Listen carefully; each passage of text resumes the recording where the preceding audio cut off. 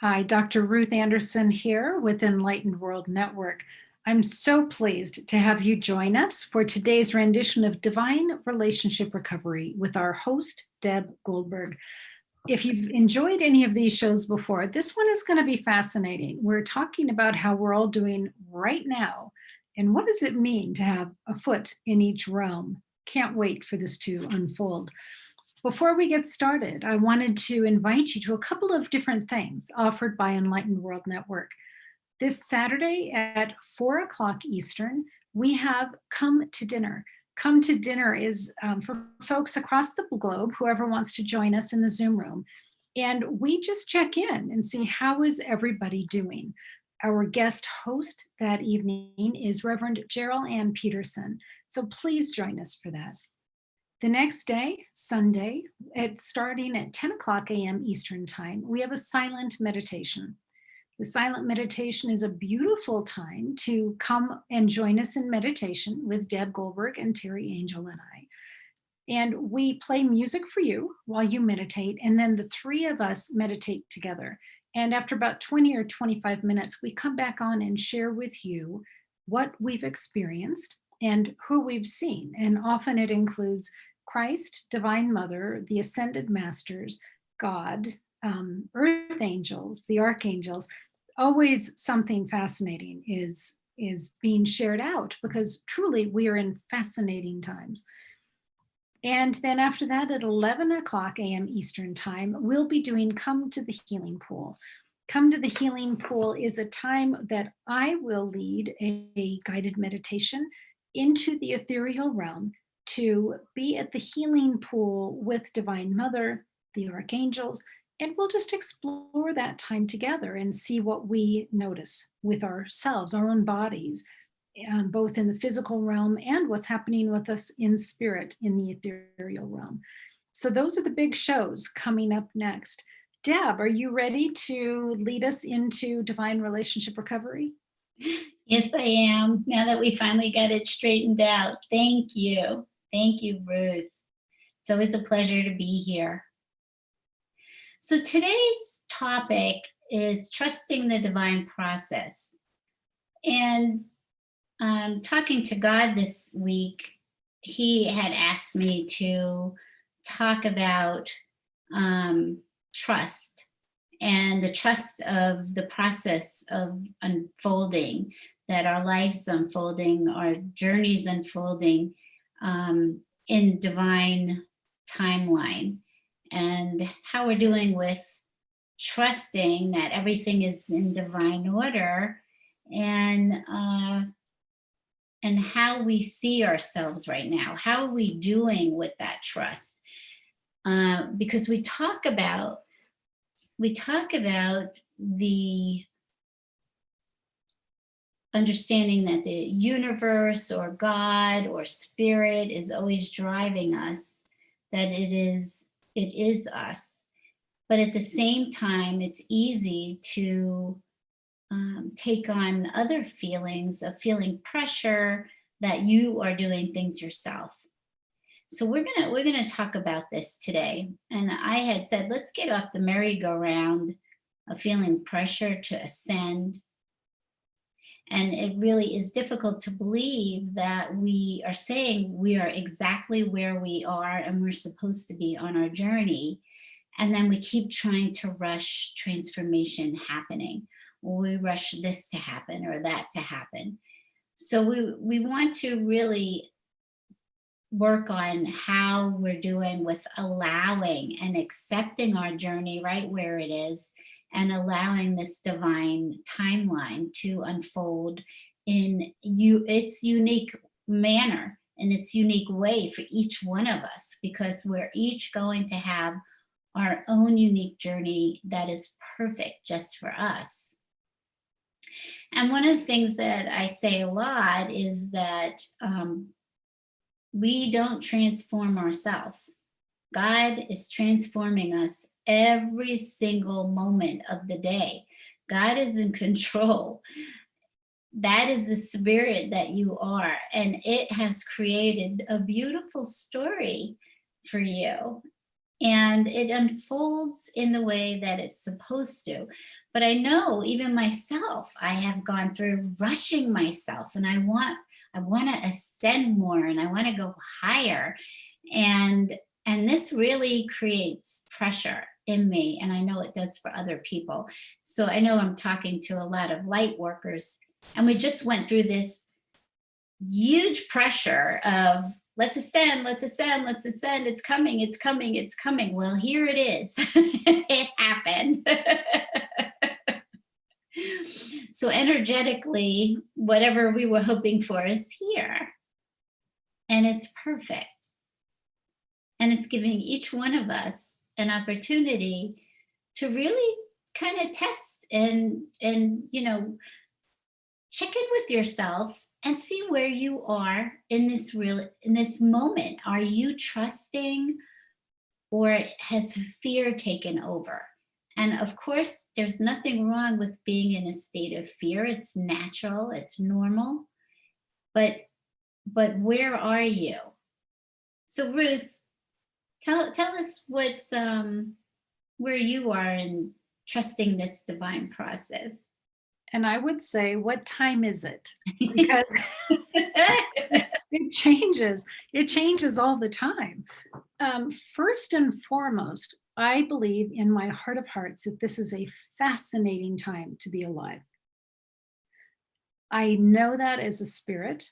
I know that even in my body, but sometimes I get pulled back into the reality in quotes of things. And so a lot of times I feel like I'm a foot in one realm and a wing in the other, if that makes any sense. And I just kind of go back and forth from one to the other. So it really does depend on what time it is and who I'm talking to. Because if I'm talking to friends that don't believe in any kind of spirituality, then I'm right down with them in the earthly concerns. If I'm talking with you and Terry and other folks from Enlightened World Network, then it's easier for me to stay in that place of spiritually, I know what's happening. But I do want to respond to something you said, which is that we are all in our own place of learning and growing. And I know when I first was awakened, as you would say, I was clearly put on a fast track curriculum. And it wasn't my curriculum. I had no idea what was being rolled out to me. And it was fascinating, but it was clearly a curriculum. And I know that this time I'm continuing to work on my own curriculum. And you are, and so is Terry. And the things that we're all three working on are different, but there's also threads of commonality to it all. So, sometimes I'm going to just choose to wallow a little bit in the earthly concerns, and other times I'm going to choose to soar. Mm-hmm. Yeah. And I think that's normal. That's what happens for everybody. And so, you brought up a great question. How do you walk in both worlds? So, God tells me you never left home. You're right here in divine. You are divine consciousness. That's all that exists. And you're having a dream. But this sure feels real. It feels real to be having this life on earth.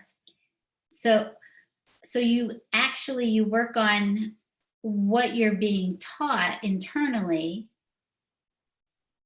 becomes your knowingness, and it needs to override your senses. Basically, Jesus has told me over and over again, do not let your senses tell you what's going on, that you have to stay in your knowingness. And that practice is a lifelong journey because our senses are keen, but our senses are not as expansive as our knowingness is. So when you start to learn divine truth, and that's what you're talking about, when you woke up and you had a curriculum, so did I. And it was like, wow. What are you telling me? I don't even understand what I'm hearing, but I know that the love that I felt in that awakening was so profound that I knew that I had to believe what I was hearing, because the love is so much greater than anything you've experienced in life. There is no love like that. It's complete unconditional love. So when it's teaching you and say, okay, this is we're going to undo what you learned here, and you're going to relearn what it is that you are, which is spirit and oneness, and that you have more power and understanding than you ever could realize. And all of that power does come through your heart, through love. So when you have your senses wanting to keep you right here in, oh my goodness, the confusion of life, it is hard to deny. When you put your hand on the fire, it hurts, right? You get burned. So it's hard to deny those things that we understand through our senses. But when you can relax into truth, and you know that there is no confusion when you're there, you know that it's just pure love, and that you feel that over anything else, you start to trust it. So walking this earth is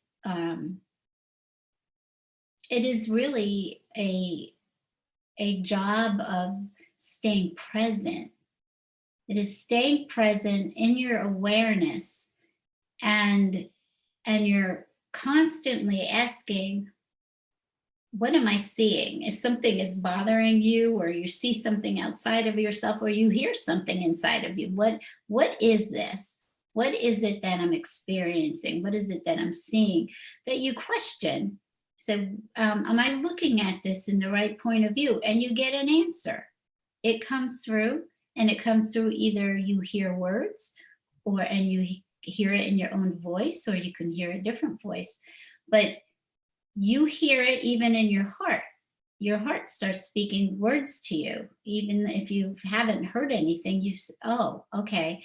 You get an idea that maybe, oh, okay, this is a new way of me seeing something. It's a different perspective.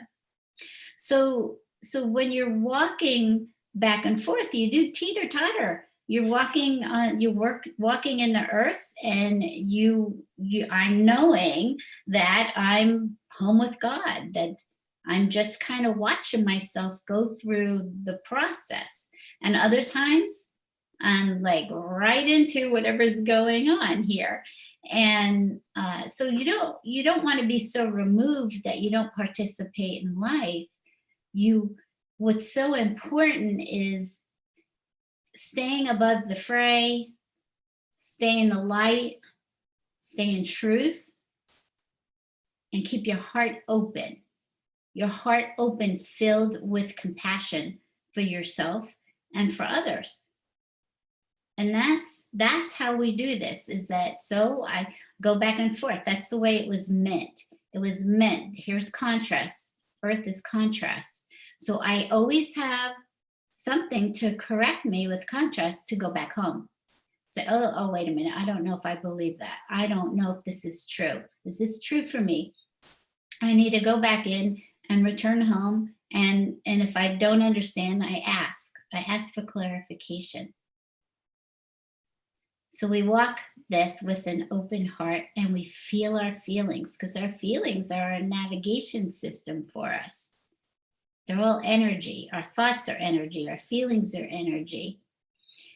So God gave us this beautiful system that we're all, well, most of us are just learning how to feel. I know I'm one of those people that it's taken me a long time to actually feel my feelings and want to feel my feelings, from going from stuffing them all my life. And so that is That's a lesson that we're learning. And right now, you have so many feelings coming up and so many thoughts. Where are you with trusting this process? Where are you with knowing that you are so guided and never alone, that your hand is being held, that you are being moved? You're actually being moved in all that you do. The motion is spirit. The motion is God. Except when we try to take control. And that is the spiritual ego. You have any thoughts about that, Ruth? They all just kind of come flooding in all at once. It's kind of hard to separate them out. I had an experience this morning that I was telling Deb about earlier today, that in meditation, a happy thing brought absolute tears to my eyes. And Archangel Michael said, let it out. And I'm thinking, this is crazy. This is a happy thing. And I'm just like, tears and tears. He goes, let it out. It's okay, let it out. And then he said, and you're going to have loss. Like, allow yourself to feel, because you're not done. And I said, okay, what kind of loss am I going to have? Because so far, I don't know anyone personally who's been impacted by the virus. And then I was told 3 different family members that were going to not be with me in a year. And I believe that before I came into what I'm seeing as this lifetime, I had the option to co-create different end dates of when my life in this realm would be done. And I was shown before that one of them was now with the virus. And I've chosen to not go that route at this point. I want to stick around. I want to see what this new world is about. And I want to be here for my daughters. So I already had that realization about myself. But with these other family members, they may not want to be here to see what's going to happen. And it's their option to choose to, that's what I had predestined before, walking with God, and I'm going to choose to go out. And so this morning I was faced with that. Wow, that's really real to me right now. If in a year's time, those 3 are not in my life, and how does that impact me? And it was fascinating because, with talking with Deb and Terry, I understand it. I get it. If before they came into this world, they chose, I don't want to be around for that. So I'm going to self-select out when it's that time. I so get that on a spiritual level. And then there's the other part of me that goes, hold on, I don't really want to go through this without you. So can you not do that? Could you change your mind about that? So it's been fascinating, but that definitely brought me this morning into, okay, I've got, 1 foot up here and I get it. And I've got 1 foot down here, and I'm kind of doing the straddling thing right now. So the conversation this morning was helpful. And maybe you want to share some of that, Deb. Some of the conversation about that you and I had this morning. Yeah, well, I said the spiritual ego tries to get us not to feel. It wants to focus on performance. It wants to focus on everything else but feeling. And the spiritual ego, and I'm talking to light workers that, and they're aware of what the spiritual ego is that, oh, I know that's not true. So I'm not going there. Like, I'm above that. I don't have to feel that. I know that it's wrong. And the inside of us, we're so complex in this experience that we have feelings on different levels. And so I could sit here and tell you I know what I believe, but there's a part of me crying, or a part of me that's sad, or a part of me that's angry. And if I'm sitting in my spiritual ego, I'm saying, whatever, it's okay. I don't have to deal with that. I know better. And what we have to do is actually feel those feelings. There are layers. You want to look at it as an inner child. There's an inner child crying inside because it's scared. And we don't always like to be vulnerable, and we don't like to feel scared.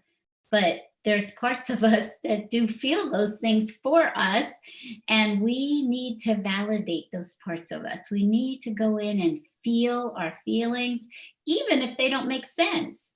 I've had tears come and I'm like, I'm crying, but I don't know why I'm crying. But it's okay. It's a release. It is a release. So to say that, now I could say that I feel very peaceful about what is going on here, and know that everything is in divine order, and I believe that with my heart. It doesn't mean that I don't have moments of feeling scared or wondering what if, or any of those type of things. And so I have to deal with those, because if not, they get larger. And it's sort of like it starts chasing you. The more you keep shoving it down, the more those feelings start chasing you, and they get larger and larger, and you're just going to bring more of it into your surroundings. It'll just keep showing up, because you're going to have to deal with those feelings that are going on inside of you, even if they don't make sense. So it's hard to say that anyone is sitting in perfect peace through this whole experience. And I feel like I have a lot of faith in God, right? I feel like I'm pretty grounded, although I know there's room for so much more the rest of my life to get even more anchored.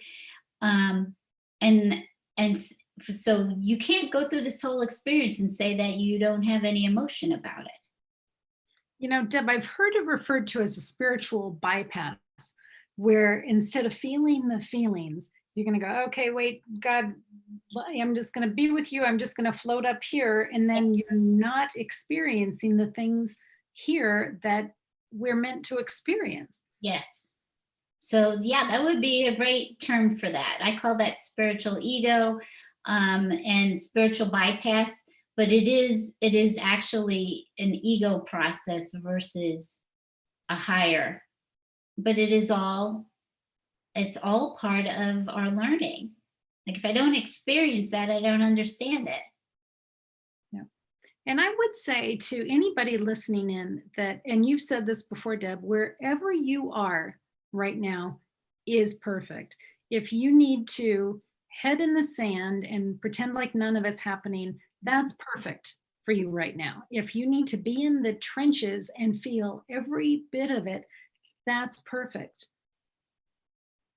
It's all okay. Yes, all of it. All of it is okay. Because if not, you're saying you're not okay. I shouldn't be where I am. And you hear this over and over and over again from light workers, right? You're exactly where you need to be. But then we say, well, no, I should be here instead of there. And I should be feeling this way instead of that way. And I should be, my life should look like this instead of that. Right. That's a complete discrepancy, right? And we do this all the time. I say that the ego is such hypocrisy that we talk out of both sides of our mouth, and we don't even realize that we're doing it, because it's really very humorous. The more that you can laugh at yourself, the easier all of this is, because it is complete hypocrisy. But this is what goes on inside of ourselves. I know where I'm supposed to be, and then you hear this voice, this chatter telling you, oh no, I should be doing this, I should be doing that. And it keeps coming back to saying, okay, I know what that voice is. I know I'm perfect where I am. Even if I'm in bed right now with the covers over my head, I am going to learn something. I am going to learn something about myself. And this is the way that I'm choosing to experience the moment right now. I get a choice to say, I'm going to choose how I want to experience this feeling or what I'm viewing. And I think this is a really important point too, is because I had to go in and do some work on with my inner child. And I think that was yesterday. I lost track of days already. um, and I had to remind myself, because this is what I heard from within, that I need to see me. I need to see me. I need to see my own perfection. I need to see the greatness of who I am as divine light, as you are, no different than you are. And that what we're experiencing here is looking at it as the whole totality of us as spirit, even with the covers pulled over our head. It does not change the fact that you are divine light, that you are love, that you are whole, that you are peace, that you are hope. You have all of this inside of you. Nothing changes, no matter what you're feeling in any moment, sadness, grief, anger, happy. Nothing changes your perfection and your wholeness of who you are. So these are all the things that, as you spend more time with whatever you call God, I call divine love God, by spending time in that space within you, all of this wisdom starts to pour through. All of this love starts to pour through. All of this understanding, all of the holding you in such great love for whatever you're going through at any moment. So I know that part of the spiritual ego, the ego, whatever you want to call it, it's all the same thing. The ego tries to mimic your divinity by being a spiritual ego. And so learning all of these things and saying, that's not my consciousness. I have one mind with God. There is only one mind with God. And I keep getting sucked into this other consciousness, which we call duality. And that consciousness is ego thought, but it is there for contrast. It is there to help us grow. I was just writing earlier about each one of us is like a character in a book, and we are being developed. We are being spiritually matured as each chapter comes along. And as you turn each page, whether you want to look at that as a day or a moment, it is a never ending, it's a huge book. And our character is being developed, whether we're trying to do it or not. You can't force yourself to transform and ascend. God is in charge of that. God wrote your story. Your story is so magnificent. We may not like our stories, but when we wake up, we start to understand them differently. And then you have other parts of your story in the future that are just beautiful, that start to unfold as you unfold. And so you're waking up to remembering more of who you are. You're not changing, you're going back to your original nature and stopping believing all the unconscious stuff, all the ego thoughts. So this is a lot of work. Yeah, it is. Deb, can I share with you a comment from our friend Stephanie Stafford on Facebook? She said, ego, that can be someone's downfall if not contained and respectful of not just yourself, but also other folks.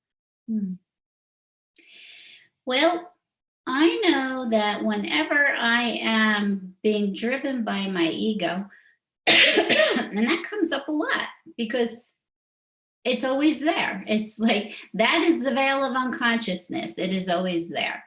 So the ego if it wasn't for this ego consciousness, we wouldn't be having this experience. Spirit does not need to do anything. It's divine, it's consciousness. I like to look at it as this is really divine imagination. This is quite an imagination to come up with all of these stories for this dream. And so your ego is, or you want to call it this one ego, it is only one. You are only one. This consciousness, all that it is conscious, is it unconsciousness, a state of unconsciousness. And it is perfect. It is divinely made. It is divinely created for our experience.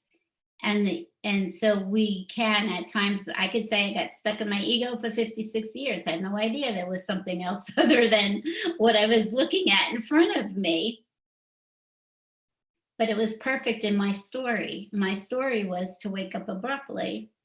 And that is the way that it was planned. So how do you start looking at everything that you see as love? Because we want to look at ego as part of the experience of love. Like we wouldn't have the contrast to understand other things. So I was thinking about, okay, so I look at some people's behavior, even my own, and I say, well, that's just fear. I'm seeing just fear that they're scared or I'm scared. But if you keep going down to the bottom of that thought, most people are acting out of love. They're trying to protect themselves in some way. They're trying to protect somebody else in some way.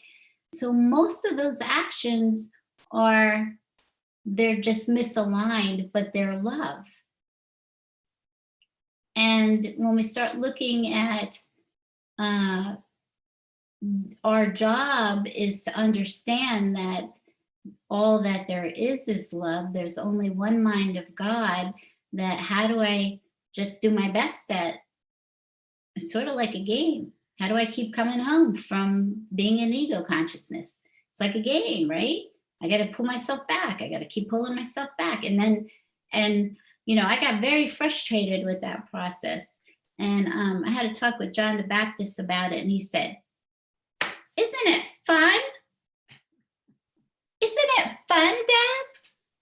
You could look at it as fun instead of looking at it as frustration. It is all about how I want to experience what is happening in the moment, right? We get to change our view. So we get to change our view on ego. We know what it is. It is there to help us along in this experience. It's supposed to help us fall asleep and then wake up to the magic of this miracle life. I'm sorry, Deb. I'm chuckling at your comment because where else do you hear lines like, I had a talk with John the Baptist the other day? It is funny. It is funny. I have no idea who shows up, except there's a reason for it too, and it's part of the story. It's part of Deb's story. And but it is amazing that all of my teachings is don't judge, right? And that's what we know, that that's all the ego does is judge, right? So this journey is about not judging yourself wherever you are. And this is such a great time right now to go further and deeper into yourself and explore yourself with spirit. Right. Not by yourself. Perfect time for that, really. Perfect. Yeah, because you're not doing it by yourself. You couldn't do it by yourself if you wanted to. So Kimberly says it's funny to think of Jesus or John the Baptist making jokes the way we would in today's day. Totally, yes. It could even be slapstick at times. The sense of humor of God, and I look at all of these images that come to me as Jesus is angels is John, that they're just forms of divine love as part of your story.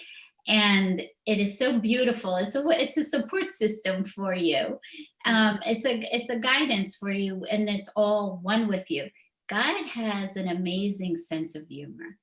Amazing sense of humor. So when you go inside, it's not, it's very informal. There is nothing formal about it. Because at first I thought there was all this formality. And, I heard all you have to do is say hi, Deb. Just say hi to Jesus. And I was like, okay, I'll say hi. And we just started talking like brother and sister. Well, just Big brother. an example, Kimberly, of this the other day, as I was talking with Terry and Deb, Archangel Michael said to me, "Get your bunny on." Mhm. And it was about preparing something for Enlightened World Network for Easter and reveling in the joy and the celebration of Easter. But to hear Archangel Michael say, "Get your bunny on," was like, what? Yeah, sometimes it throws me, the Mhm. things that I hear. Yeah. It's beautiful, actually, because part of this journey is not to be so serious and to lighten up. And that's been one of my things to work on, is because I took everything so seriously before. So trying to have fun with it. Um, John the Baptist asked me at one time, he said, "What is wrong? Do you not like being you? Do you not like being Deb?" And I was like, whoa. And at the moment, I thought, well, I don't know. What am I saying to myself? What am I asking for? What are my expectations? And it's also like saying you don't want to be God. This is how you were created. You're supposed to have fun and enjoy your life being you, like the character in the book. Like, this is who you were prepared for. This is what your story is all about. And there's so much joy in it that we can miss all the time if we are bombarded in that ego consciousness. But it is there. It is there for a reason. Like, if I didn't have some of those ego thoughts, it wouldn't send me back to God. It wouldn't send me back home and saying, help me understand this some more. Is this right? We're starting a new show about expanding our consciousness on Enlightened World Network, right? What's it called? The Broader View. Right. So The broader edge. Broader Edge. Okay, so this is about expanding your consciousness, and you almost need the ego to help you do that while we are in this experience. And it keeps bringing you back to home. I need clarification. And you know what? They never get tired of telling you the same thing every single day. Right. You will hear the same thing every single day. And so right now, I'm in a trust period of learning how to trust myself and what I've been taught, and applying all the tools that I was given and the truth to operate right now in this world that doesn't make sense, because it doesn't. And I so it's trying not to make sense out of it, because you can't. And I was told, just accept what is. Don't have to label it good or bad. It just is. And remembering that everything is in divine order. To miss out on this relationship inside yourself is it's a loss. It is a loss. And Brian, my husband, and I had a discussion today. He was reading something about how we could get to a place of such despair, destruction, losing everything, and then we start to look for God. And my message is, because this is what Jesus taught me, is you don't have to go there. to find the love that is inside of you. You do not have to wait. You can start asking questions. That's all you have to do, is start asking questions. Is there more to life than what I just see? And what is inside me that I'm missing out on? What are the treasures I'm missing out on in my life? And open your heart to hearing the answers. And as you do this, the most profound love will come through in its own way, just for you, whatever you connect with. And it is always good, and it is always loving, and nothing else can really teach you that you are the love and the light and the peace and the hope in this world. But you have to have it yourself first. You have to have it yourself first. And what an opportune time right now to explore that some more and not be afraid. I know it's scary sometimes to, like, people are afraid, like, what am I going to hear? What am I going to, if I go inside and ask, what am I going to hear? Like, and I was afraid. And those are the words of the ego. Ooh, I'm going to hear something that I don't like, or I'm going to hear that I have to do something that I don't want to do. Or I'm going to hear that God's not happy with me in some way. And I promise you that there is absolutely no truth to this at all. There is nothing but perfection about you. Even if you're sitting here with the covers over your head, you are loved, and you are perfect, and you are whole, and you are not broken. You are just choosing to experience this moment the way that you are. But you are not sitting there by yourself. Your hand is being held, whether you see it or not. And God is calling everybody home. God's calling everybody home. So when you say that sentence, Deb, my brain goes to, oh, everybody's going to die. Is that well, it's true that every day, someday, we're all going to die. We die in the story. It is the end of our character role. It is the end of our story. Right. Nobody's getting out of this alive. No, but our consciousness lives on forever. Our spirit, our divine consciousness is all that we are. And that is eternal. So this body goes away, but you do not die. No, it's not possible. Energy cannot separate. Energy cannot die. And that's all that we are, is beautiful love energy.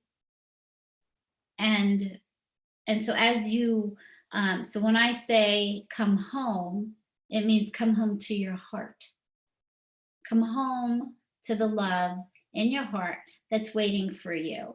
Because part of this journey is getting it's opening the steel door around your heart, that everybody, has this protection. I don't want to get hurt. I'm gonna lose something, or it's sort of like, kind of like this virus thing that's going on. I started thinking about being a little kid and people saying you had cooties, right? Like, everybody's got cooties now. What the heck is that about?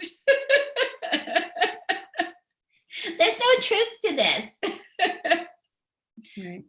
We've gone our whole lives, and if you look at the scientific world, we have carried all kinds of viruses or diseases inside of us. That's what the scientific world says, right? Germs, bacteria, and we interact every day with people, and we do all kinds of things, and we're okay. Sometimes people get sick, sometimes they die, and we deal with that. We cope with that. And unless you have a real understanding of trusting God, and that everything's in divine order, and that people don't really get hurt, it's hard to navigate this life. Sometimes I felt like it was easier before I woke up because then I just thought everything was just crazy, that I was crazy. And and then I wake up to find out, no, I'm not crazy, but oh my goodness, there's a lot of work to be done that I didn't know about before. I had no idea that there was ego consciousness. I had no idea that something tried to keep me from my heart. I didn't know that the love of my life was inside of me. I didn't know that it's our job to keep waiting inside and going inside to find your own self, to find the magnificence of who you are, and then to try to own it, to try to really own it and take it in, and um, and and see your wholeness, because it is a complete contradiction that we know all of these things and then we can't believe it. It won't stick, right? It won't stick 24/7. We're just like, okay, now I'm over here. Oh, I forgot that. No, that's right, I'm the light. Oh, okay, I'm gonna come over here. Oh, now I'm back over here again. And so owning, standing in your divine authority and staying there takes lots and lots and lots of time with divine love, holding your hand and spending time with you and talking with you. It's so interesting that you just said owning your or standing in your divine authority, because one of the subtitles of one of our days of transformation is own your divine authority. Mhm. So, yeah, very cool. Yeah. I'm reminded of one of our last days of transformation. Neela Minocha shared with us that this pandemic is as if the universe or divine mother said, go to your room, right? Separate, go to your room, and Mother Nature is going to work on healing and preparing for what's coming next, but go to your room. And I'm remembering when my oldest, you know, she was raised at the time that timeout was a thing. And I would go to put her in timeout. That child would not stay in timeout. And as soon as I turned around, she was right behind me. I mean, it scared her, I think, to her core to be separated Mhm. from me. Mhm. And so I learned very quickly to do time in Mhm. with her, because that's what her little body and mind needed. And I'm thinking about some of us that we're being told to go to our rooms. And some of us can go to that place, go to come home, right? We can go in and we can be quiet and we can work on it and we can process it and we can be open. And others of us are going, oh, no, no, don't tell me to go to my room. I'm not going to my room. And they're not allowing themselves that opportunity to exhale and process and go inward and go upward. They're just not allowing that because it's scary or pushing buttons or don't tell me what to do, But I think some of our friends are just going, I'm not going there. Mhm. I'm not going quiet. And they're missing out on this time of learning and experiencing. Mhm. Yeah, and that's all the ego. The ego does not want you to go inside. So understanding that you're always fighting it, because even now, like the other day when I was said, okay, I need to do some inner child work, there was a part of me going, oh God, do we have to do that again? Didn't I do that already so many times? But you know what? It is what it is. You're gonna have to go and tend to yourself. You have to tend to your inner self. This whole journey is about mastering your internal world. And every single one of us learned how to master the outside world and manipulate and do all the things that we need to do to live in this outside world. So when you are awakened and when you're on this journey, It's all about you mastering the energy of you, the internal world, and understanding how your mind works, and that there is only one mind, yet there's this veil of unconsciousness, the ego, that keeps appearing, and you think it's your voice. And then it's stopping you from doing the things that are so important to you. And this is why a lot of us, we talk a lot about standing up and shining, right? To come out of your shell, to shine. The ego will do everything it can not to do that, or it works the other way and says, I'm great, here I am, right? At the same time, the ego gives you some energy because we have a passion. We have passion in our heart that God has given us as part of our story. Every single person has a purpose and a passion, and it's not just spreading love and light everywhere. It is about, there's a unique gift that you have been given. And so, believe it or not, having some ego helps you bring the energy to bring that passion to life. So there's always these forces. They're opposing, then they're together, then they're opposing and together. And so we are learning how to be an alchemist of our energy all the time. And you get taught this from inside.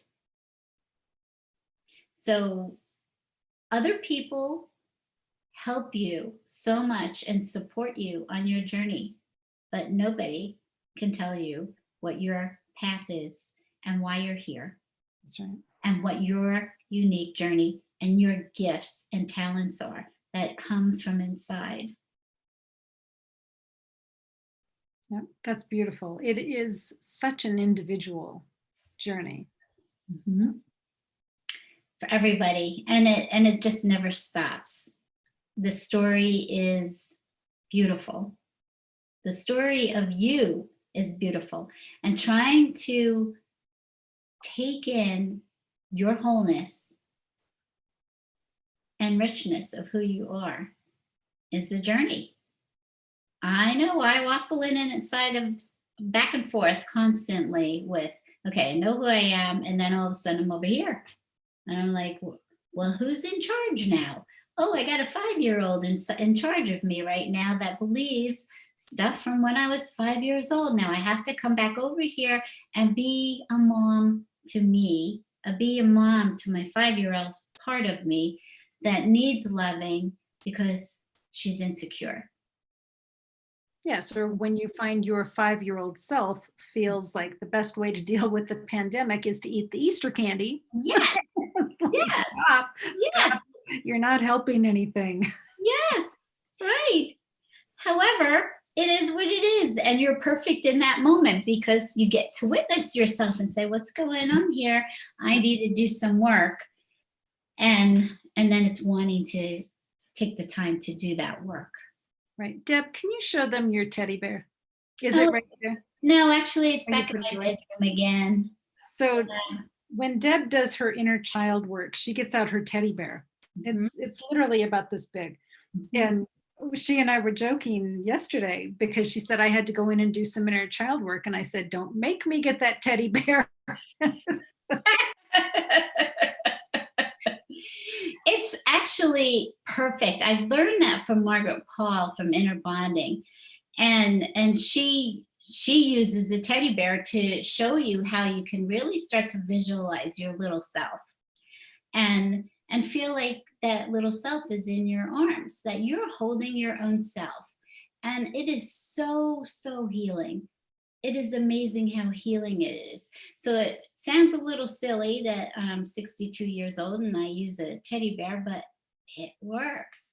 And I've used that in my practice with many people, and they all responded really, really well to starting to, men and women, of really appreciating trying to connect with their inner child and have compassion and love for yourself wherever you are in any moment. Yeah, it's sweet. It is. Can I just do a reminder? One Sure. of our dear soul sisters, Camille Desalm, is still in the hospital and dealing with some pain. So if anybody has time and space in their heart, please hold out beautiful, loving, healing thoughts for Camille Desalm. We'll do that. And we're going to do that for everybody, wherever you are right now. We're praying for people. We're praying for your happiness, for peace, for joy, for health, well-being. We're praying that each person connect to their own source of life that gives them the safety and the protection of knowing that they're not alone and that there is a divine plan for each one of you and that you are loved so, so very much. So that is for everybody. And we're going to say goodbye for now, knowing we are one love, protected and held in divine order by our Creator. Go out this day in the awareness and allow God's peace and joy to occupy every thought. Lead with your heart and welcome everyone home, for all are loved. That's beautiful. Deb, thank you so much. On behalf of EWN and everyone who's viewing, thank you so much for stepping into your leadership, stepping into your ministry, and stepping into your role as friend, because you are our friend, our sister, and our teacher. So thank you. Oh, thank you for this opportunity, Ruth. Enlightened World Network is Ruth's baby, and it is beautiful, and it is a beautiful extension of her. So thank you for giving us all this platform of sharing love and support.